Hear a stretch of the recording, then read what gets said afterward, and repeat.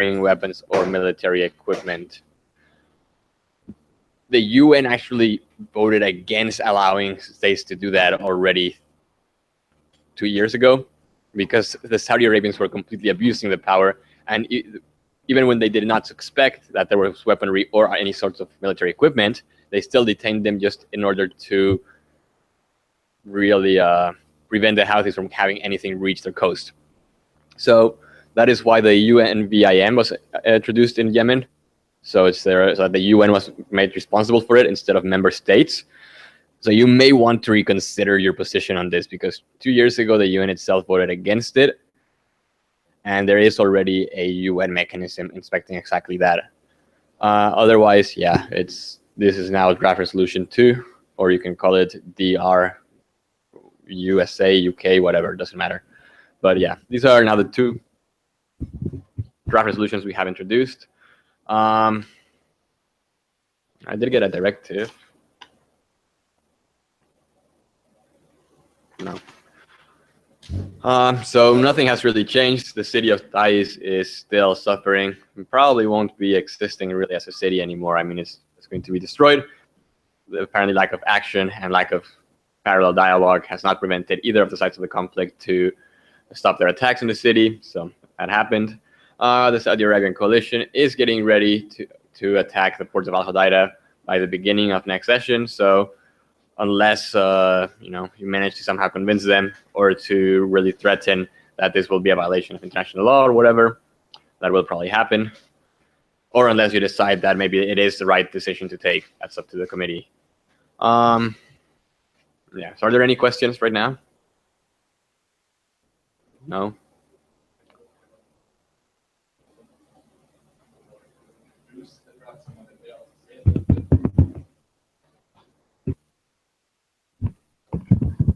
As you just said that the motion or that the draft is just on the floor, it's a question whether they will introduce it a little bit and say something about it, and we have the chance to ask questions regarding the draft too.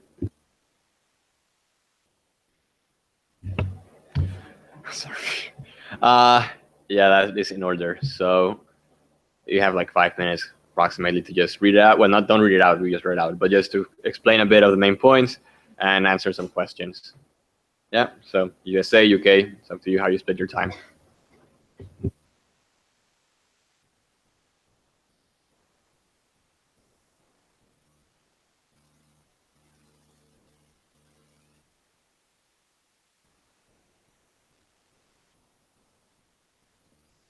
Please use the microphones now that we have them. Thank you. The delegation of the United States and the United Kingdom of Great Britain, Northern Ireland, present this draft resolution that mainly emphasizes on the military de-escalation, and also it addresses the question of ISIL and Al-Qaeda in the region. And basically, we deem it important to any access to funding to the rebels, Houthis, Al-Qaeda and ISIL, and regularly updating the Al-Qaeda and ISIL sanctions list. Moreover, we also we deem it important that the member states and certain monitoring commissions will be responsible for facilitating those measures articulated in this resolution, as well as moreover, would like to stress that all parties will take necessary measures so that direct supply, sale, or transfer of arms would be authorized only for security measures and under the control of the legitimate Yemen government. So, I would like to.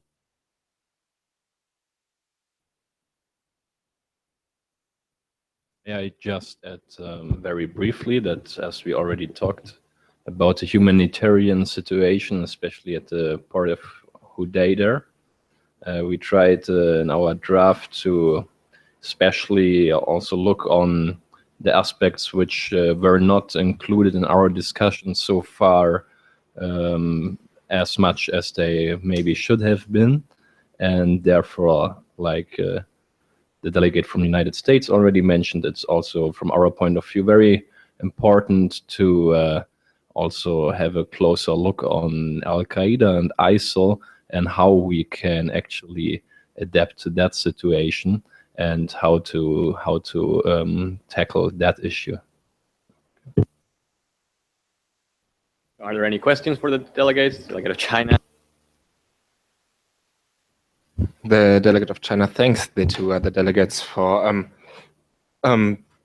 giving us, providing us this draft resolution. As there are several points and that we certainly all agree on, and especially addressing the issue of ACAP and ISIL is a very important one that is being addressed in our draft resolution as well, especially considering the aftermath of the time after the crisis. However, we have two questions.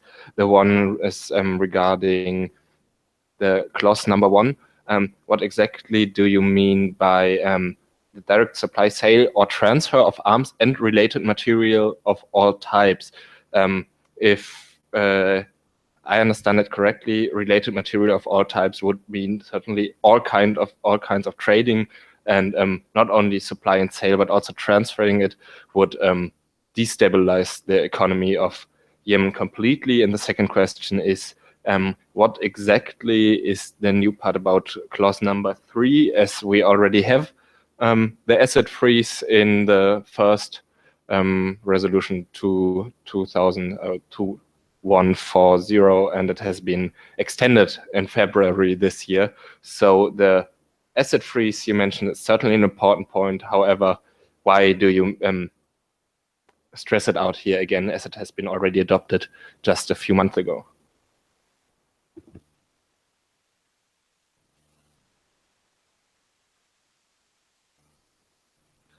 So may I answer your questions, which I of course very much appreciate. On the first paragraph concerning the necessary measures in regards to direct supply, sale, transfer of arms, and related material of all types. So that's not actually aiming on trade, but it's related material to arms. So in that case, for example, talking about ammunition. So it's not about blocking every kind of financial trade or civil trade, but it's focused on everything in combination when it comes to trade of arms.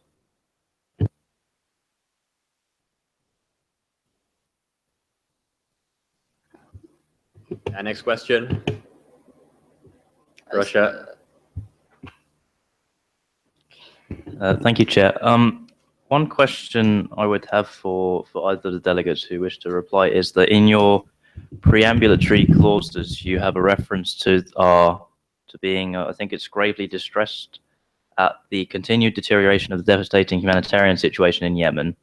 Yet there's no acknowledgement within this of the effects that coalition airstrikes are having on civilians in the country, and also in the substantive part of the text, i.e. the operative clauses, which actually give the actions that this council wishes to take. There's no mention of humanitarian situation whatsoever. I just wondered whether your intention is to have a separate resolution on the humanitarian situation and have this one focusing entirely on the conflict, or whether there ought to be something in the substantive text about humanitarian situation.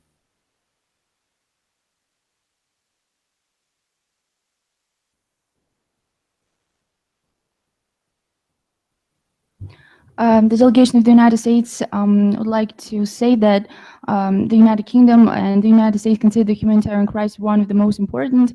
However, we didn't mention it since we thought that the previous resolution, humanitarian assistance, was already approved by every state member.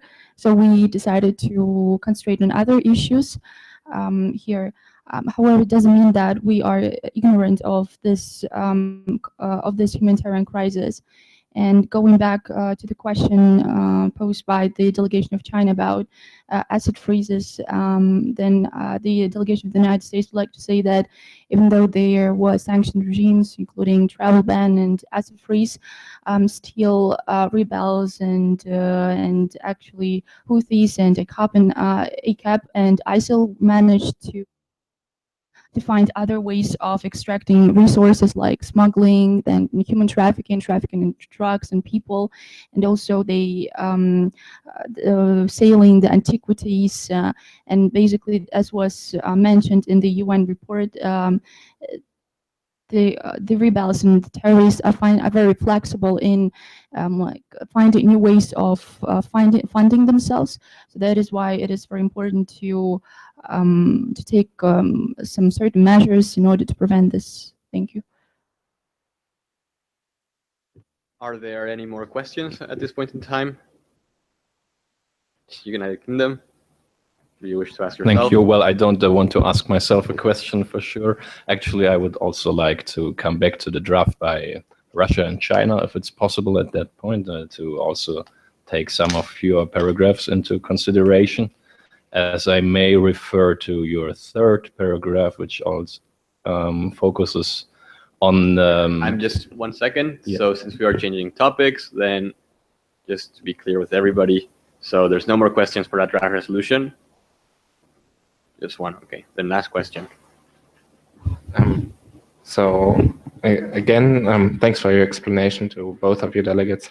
However, now that you explained further what you mean by arms and related material, let me allow the question whether this is in line with the trading activities so far, with the trading policies of the United States and the United Kingdom so far, as you are delivering weapons that even indirectly, but this is something that you want to tackle as well, end up in the hands of rebels of the Houthis.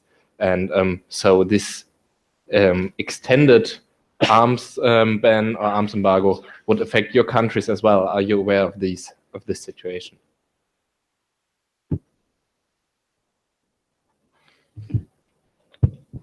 Thanks to that question here. Of course, I see the grave danger that also weapons would belong or get in the wrong hands.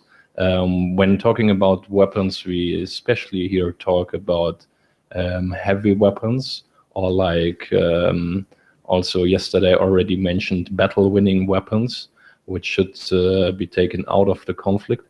And of course, we are still supporting the legitimate government of Yemen, and I think that we can all agree that also in a transitional phase, it is necessary that the official security forces are supplied with the necessary arms and equipment, and therefore we would see no sense in a full embargo also on the legitimate government of Yemen, as it would, from our point of view, destabilize the situation in the midterm.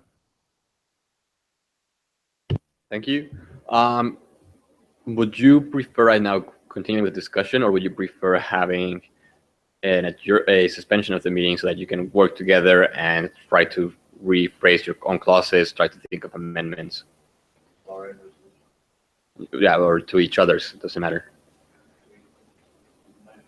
Yeah? Yeah, it's open question. And I will just unilaterally decide that we have a 20-minute suspension.